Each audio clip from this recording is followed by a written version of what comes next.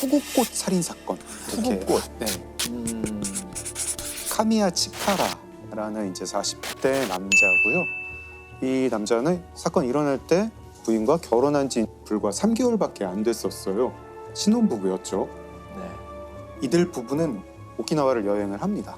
오키나와를 여행을 하다가 여행 마지막 날 이제 호텔에서 같이 아침을 먹고 체크아웃을 하고 공항에 가요. 공항에 가서 카미야는 나는 이제 급한 일이 생겨서 돌아가겠다. 당신은 친구들이랑 여행을 계속 해라. 네, 이래가지고 이때가 한 12시쯤인 것 같아요. 카미야는 이제 가고 이 부인은 친구랑 같이 오키나와 섬 옆에 이시가키 섬이라고 섬을 가요. 네. 네. 이제 이시가키 섬에 도착하니까 1시 조금 안 되고 택시를 타고 호텔로 가는데 네. 거기서부터 이 카미야의 젊은 부인이 좀 상태가 안 좋아져요. 막 땀을 막 흘리고 뭐 좀 약간 호텔에 가서는 급격히 상태가 안 좋아져가지고 막 구토를 하려고 하고 약간 마비 증상이 오는 것 같고 그래서 친구들이 구급차를 불러가지고 병원으로 갔는데 3시쯤 병원에서 사망을 해요. 이상하죠. 전날까지 멀쩡하던 그렇죠. 사람이 나이가 많은 것도 아니고 누가 봐도 변사인데 그렇죠. 그래서 사망 다음 날에 남편의 허락을 받아가지고 부검을 하는데 사인이 뭔지 잘 모르겠고 약간 심장 색깔이 바뀌어 있었다고 해요. 근데 이 남편이 태도가 너무 침착해요. 너무 흥분함도 없이. 그리고 이 남편이 이제 이 법의학자분한테 한 이상한 말 중에 장기를 다 제자리에 두셨나요? 이런 이렇게 물어봤다고요. 장기를 다 제자리에 두셨나요? 예. 이게 남편이 아내 부검 뒤에 법의학자한테 할 말이 좀 이상한데. 아니잖아요. 뭐 그런 건 묻지 않죠. 예. 부검이라는 행위는 정확한 사인을 찾기 위해서는 장기에 대해서는 얼마든지 손을 대거든요. 근데 대신 외형적으로 깔끔히 마무리해 주십시오. 이런 부탁은 해요. 네. 네. 그래서 이 법의학자분이 그 부검 보고서에는 그냥 급성 심근경색이라고 쓰는데 좀 이상하다 생각을 하면서 뭐라고 뭐 증거는 없으니까 사인도 잘 모르겠고 그래서 이 법의학자분이 심장이랑 혈액을 따로 보관을 하세요. 검사용 말고 따로 네. 내가 또 보관을 한 네, 거죠. 보관을 했습니다. 그리고 이 친구들이 남편을 좀 의심을 합니다. 이 남편이 카미야라는 남자가 알게 된 지 6일 만에 청혼을 하는데 부인한테 자기가 공인회계사다 이렇게 얘기를 했는데 친구들이 보기에 좀 이 남자가 공인회계사 같지가 않은 거예요. 그래서 공인회계사 명단을 입수를 해가지고 봤더니 거기에 카미야 치카라라는 이름은 없었어요.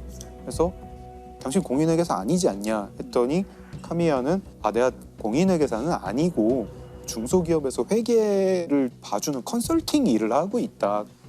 뭐 이러면서 대충 어물쩍 넘어갑니다. 그리고 좀 으스스한 게 카미야가 집에서 자기가 영양제를 만드는 사람이었어요. 자기가 영양제를 만들어서 부인한테 맨날 먹였어요. 그러니까 이거 좀 이상하죠. 그래서 친구들이 경찰에도 이거를 제보를 하고 언론사에도 제보를 하고 보험회사에도 연락을 합니다. 혹시 이 사람 생명보험 든 거 없냐? 카미야는 처음에는 자기가 보험 든 게 없다고 했는데 나중에 보니까 있었어요. 있었고 아내 이름으로. 아내 이름으로. 액수가 너무 컸어요.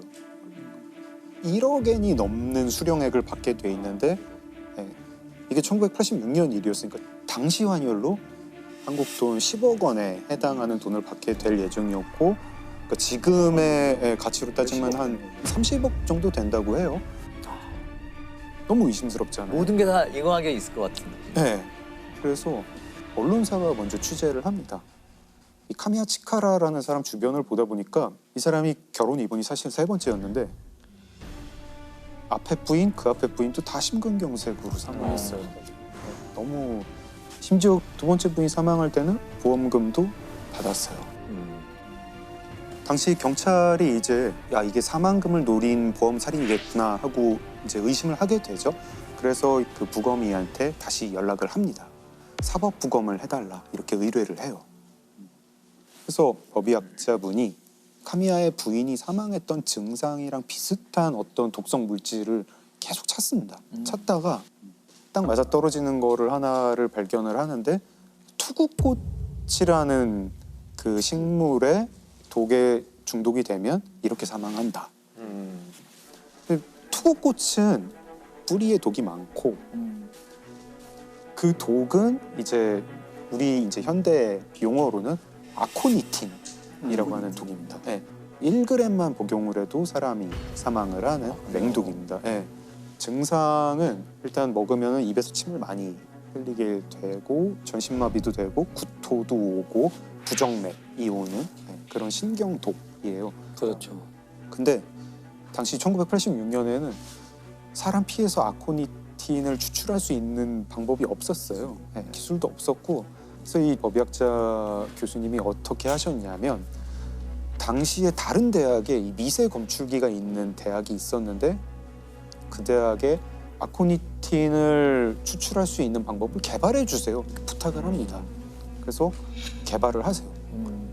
피를 그리로 보내요. 보냈더니 거기서 아코니틴이 나왔어요. 나왔고 근데 남편 너무 당당해요. 그죠? 네, 왜 당당하냐? 아코니틴은 섭취한 지 30분 만에 사람이 사망해요. 아 이미 떠났으니까. 네. 남편은 12시에 아내랑 헤어졌고 아내는 그 다음부터 뭘 먹은 게 없는데 그래요? 어떻게 3시에 사망할 수 있느냐. 심지어 남편이 이거를 자기가 그래서 억울하다 이러면서 나중에 방송에 나와서도 막 아, 난 당당하다 이런 얘기를 합니다. はっきり申し上げておきますけども、私は全く何もやっておりません。やってないのにやったように報道されて大変迷惑を被ってますから。 경찰이 보기에 이 카미야 아무리 봐도 범인인데 어떻게 해야 될지 모르겠어가지고 일단 카미야를 조사를 했더니 이 사람이 투구꽃을 화분을 69개를 구입했다. 어느 차원에서 있겠죠. 이런 걸 알게 됩니다. 그리고 이 남편이 아파트 월세방을 하나 따로 두고 있었어요. 그 월세방에서 바닥에서 아코니틴 성분이 나옵니다. 자, 그리고 이 남편이 무슨 약국에서 캡슐을 산 것도 알게 돼요. 그 영양제라고 만들었던 그 캡슐이겠죠. 그래서 여기서 투구꽃에서 아코니틴을 뽑아가지고 이 독 캡슐을 만들었겠구나. 여기까지는 되는데 도대체 근데 먹었는데 이렇게 한참 있다가 진행되는 그런 캡슐은 어떻게 만들까?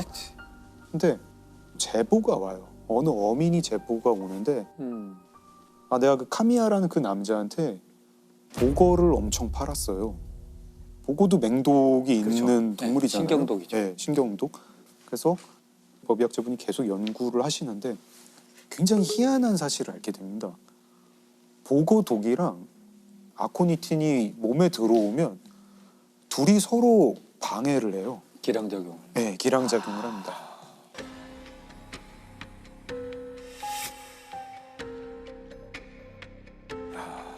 보고독은 아코니틴 독을 방해를 하고 아코니틴 독은 보고독을 방해를 해서 둘 다 원래 먹으면 그냥 바로 응급실 행인데 서로의 기능을 방해하는 거군요. 서로가. 서로의 기능을 방해를 합니다. 노벨상급인데. 아니 그거를 연구할 정도면 그냥 그 연구를 하지. 정도는 연구비로 받을 수 있을 텐데. 범인 카미야 치카라. 아이고. 이 사람은 그러니까 아파트를 빌려가지고 자기 사설 독극물 연구소를 차린 거잖아요. 그런 거네요. 나중에 보니까 생쥐도 여러 마리 구입을 했더라고요. 그 아파트에서 어떻게 하면 보험금 잘 탈 수 있을까? 어떻게 하면 사람 잘 죽일 수 있을까? 이거를 가지고 치밀하네요. 치밀하죠. 세상에. 이거는 연쇄살인의 계획이네요. 그러니까 첫 그 번째 원 사건만 마찬가지고. 가지고 네. 이렇게 연구할 리는 그렇죠. 없어요. 네. 근데 사실 전 부인 같은 경우에는 뭐 지금 입증할 수는 없어서 기소는 못 합니다. 그래서 세 번째 부인만 가지고 기소를 해서 무기징역을 받았고요.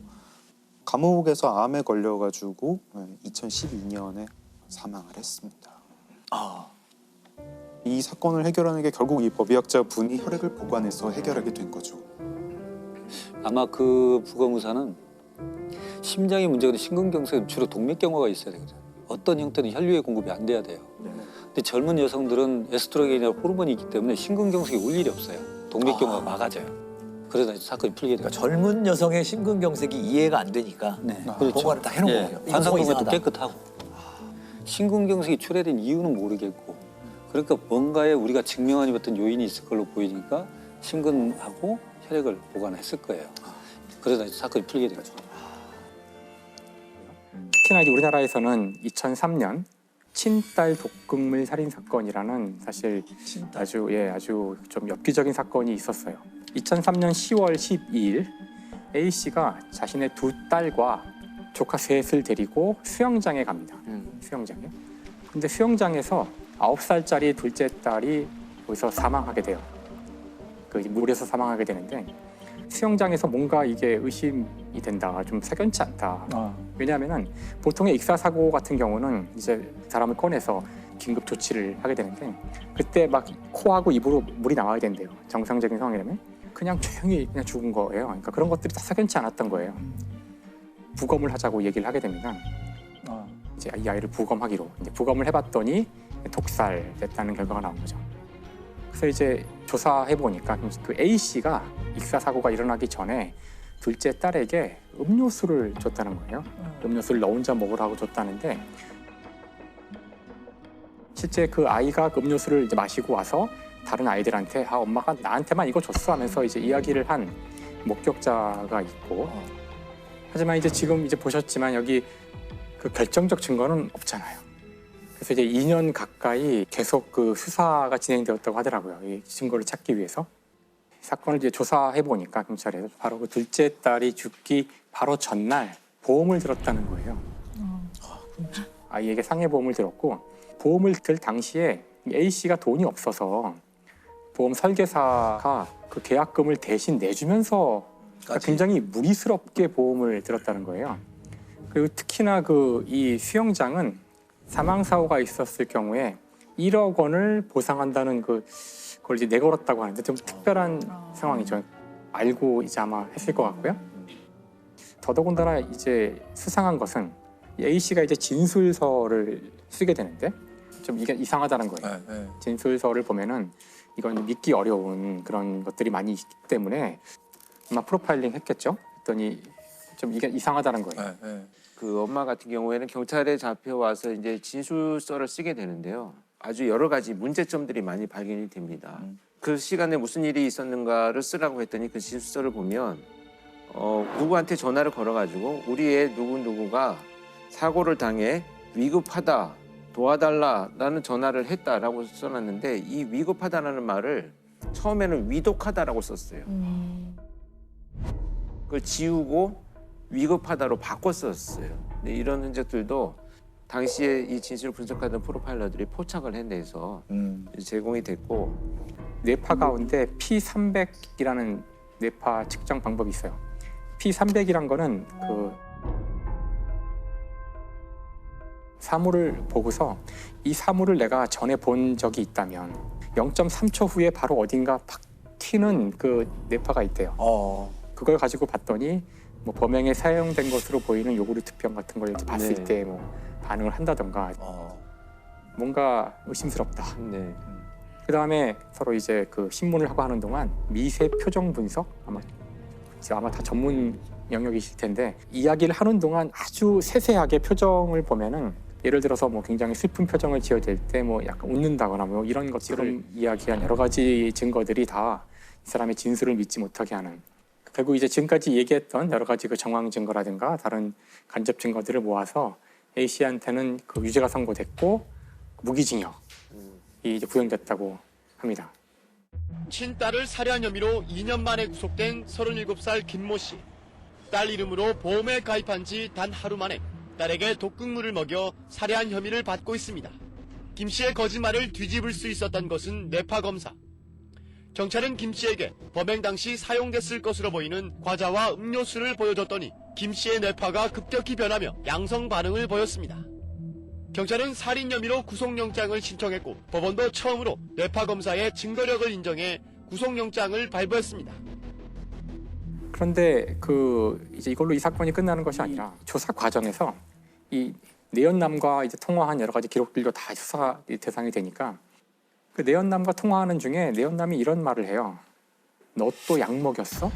뭐 이걸 변명을 할 수가 있겠지만 뭔가 이제 석연치 않은 거예요. 그렇죠.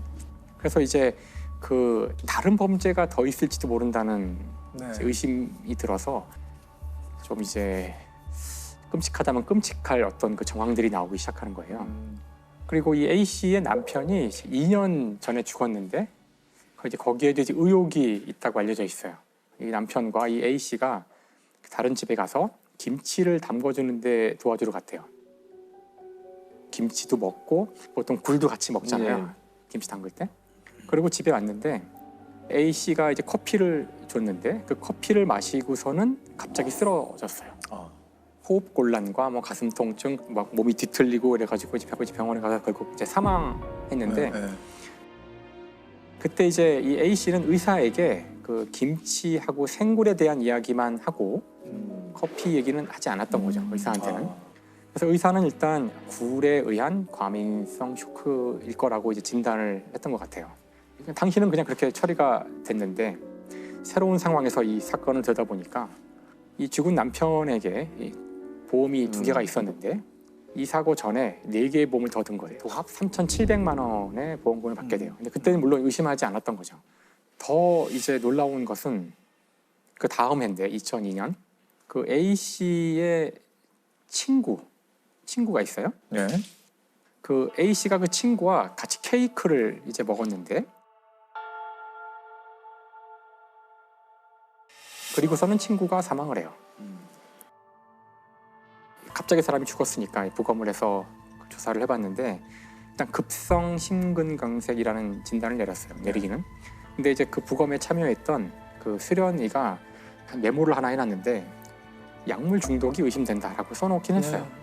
그러니까 약물 중독인 것 같긴 한데 뭐 확실하진 않고 이런 어쨌든 공식적으로는 그냥 심근경색에 의한 것으로 종료를 했는데 이 사건이 이제 엽기적인 이유는 이 죽은 이 친구가 사망하기, 이 사건이 일어나기 직전에 생명보험에 들어요. 근데 정말 희한하게도 이 생명보험의 수혜자가 바로 이 A 씨예요. 이게 되게 이상하죠. 왜 친구한테 그렇게 되지? 누가 생명보험을 들 때 자기 친척이나 자기 뭐 가족이 아니라 친구한테 드는 경우는 없잖아요. 죽은 친구의 남편이 진정서를 이제 수사기관에 제출했지만 증거가 부족하다는 이제 이유로 그냥 기각됐다고 하더라고요. 이미 다 그 두 사람 다 시신이 다 벌써 처리가 돼가지고 다시 조사할 수 없는 상황이었다고 하더라고요. 결국 그래서 지금까지도 이 억울한 죽음의 원인이 풀리지 않은 거죠. 어떤 경우에는 보험금을 탈 뭐 사망 사건이나 이런 게 생겼을 경우 더 주도 면밀하게 조사하는 경우도 많이 봤고. 사실 그래서 네. 제대로 보험금을 받아야 될 사람조차 그렇죠. 아주 고단한 그런 이 법정에 와서 오랫동안 싸워야 되는 일이 벌어지거나 하는 거죠.